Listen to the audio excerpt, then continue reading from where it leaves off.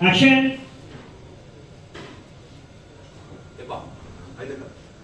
है का फोटो कितना बढ़िया बढ़िया है।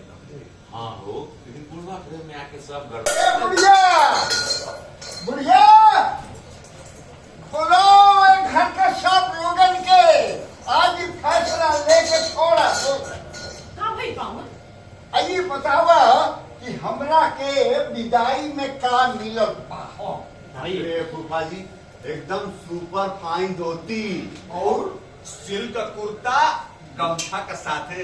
हाँ। अच्छा अभी पाहुन के इनको के ओहे मिली बावन ना ना ना ना ना ना ना ना ना ना हमारा तो शौक बा कि तोहन लोगन विदाई में बेईमानी का प्लान बनाओ। ना ना ना ए फूफा जी, हमरा के का मिलता ना मिलता वो छोड़ दी।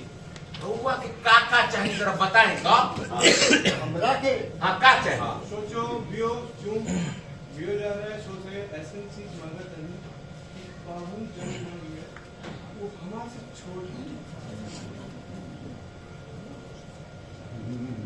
का भाई?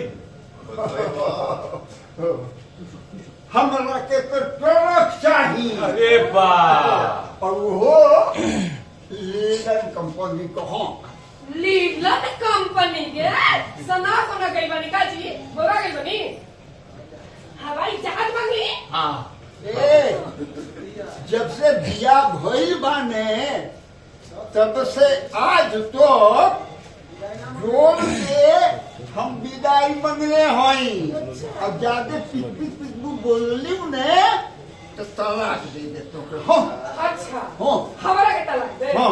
सना गई बनी का रहुआ। अरे भाग मनाई कि रोगा से हमार बियाह हुई लेकिन बहुत बड़ा गलती कर देनी हो। लेकिन आज हम सनकर हम ना छोड़ेंगे नु तो हमारा ना पर्वतिया